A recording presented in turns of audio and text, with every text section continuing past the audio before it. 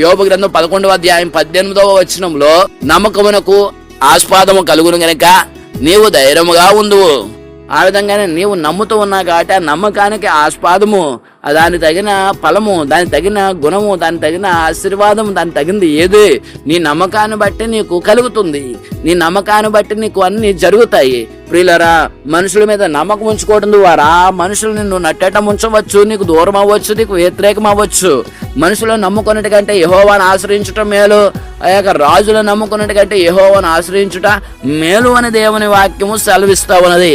కాబట్టి నీ నమ్మకంకు ఎవరి మీద నమ్మకం ఉంచావో అది నీకు దక్కకపోవచ్చు. మనుషుల మీద నమ్మకం ఉంచడం ద్వారా అది నీకు దక్కకపోవచ్చు. కానీ దేవుని యందు నమ్మకం ఉంచిన ఎడలా నువ్వు ఏ విషయమైతే నువ్వు నమ్మకం పెట్టుకున్నావో దేవుని దగ్గర, దేనికోసం నువ్వు నమ్మకం కలిగి అడగొచ్చు ఉన్నావో అది దేవుడు నీకు తప్పక జరిగించడమే ఆస్పాదము.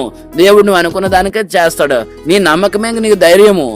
ఆ ధైర్యం నీకు జ్ఞాపకమునకు తెచ్చుకుంటావు. అది నువ్వు ప్రతిదానికి అప్పుడు ఆ క్షణాన నేను కృంగిపోలేదు కష్టం వచ్చినప్పుడు, ఆ క్షణాన నేను నలిగిపోలేదు కష్టం వచ్చినప్పుడు, అదో క్షణాన నేను ఇబ్బంది పడ్డాను. ఆయనను ప్రభు యందు నేను ధైర్యముగా ప్రభువు యందు నేను నమ్మకం ఉంచాను. ఆ నమ్మకమే నాకు ముగింపు ధైర్యాన్ని కలుగజేస్తుంది. అనుకున్నది జరిగింది. దేవుడు నా ఎడల గొప్ప కార్యములు బహు ధైర్యము కలిగి జీవించినందుగా దేవుడు గొప్ప మేలు నాకు దయచేసి ఉంచాడు అని నీవు ధైర్యంగా చక్కగా సాక్ష్యం ఇవ్వగలవు. దేవుడు ఆ విధంగా చేస్తాడు. దేవుడే మనకు ధైర్యమై ఉన్నాడు. దేవుడే మనకు నమ్మకమై ఉన్నాడు. దేవుడే మనకు దీవెనై ఉన్నాడు. దేవుడే మనకు ఆశీర్వాదమై ఉన్నాడు. మరి దేవునిలో అన్ని ఉన్నాయి కాబట్టి మనం దేవుణ్ణి వెంబడిస్తా ఉన్నాం. దేవునిలో అన్ని గుణగణాలు ఉన్నాయి కాబట్టి దేవుణ్ణి నమ్ముకుంటూ ఉన్నాం. ఆ నమ్మకానికి మించిన నమ్మకం ఈ లోకంలో ఏదో లేదు.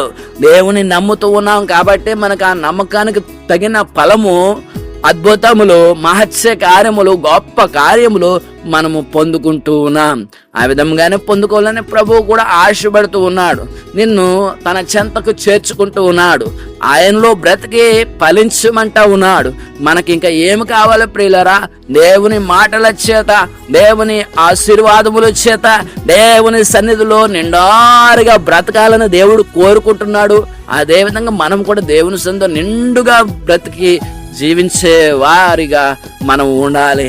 అన్నీ పోగొట్టేసుకుని అన్నిటిని విడిచిపెట్టేసి దేవుని యందు ఒక విశ్వాసం పట్టుకుని జీవించిన వారు ఏమి ఉపయోగం అంటూ ఉంటారు ప్రియుల లోకంలో ఉన్నవారు. కానీ ప్రియులారు, విశ్వాసం కలిగి జీవిస్తే నీ నుండి అందరూ దూరం అయిపోతారు. అంటే లోకంలో ఉన్నవారు నీకు దూరం అయిపోయి ఉండొచ్చు, కానీ స్వచ్ఛమైన మనసు కలిగిన వారు నీకు దగ్గర అవుతారు. స్వచ్ఛమైన మనస్తత్వం కలిగిన వారు, మంచి మనసాక్షి కలిగిన వారు నీ చెంతకు వస్తారు.